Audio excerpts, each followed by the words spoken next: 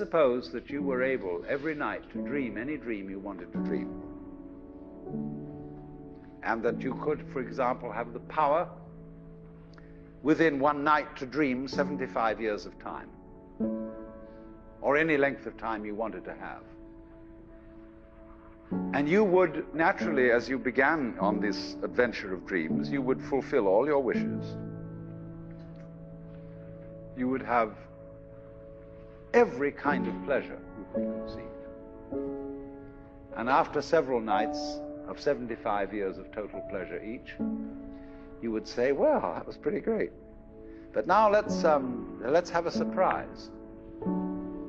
Let's have a dream which isn't under control. Well, something is going to happen to me that I don't know what it's going to be.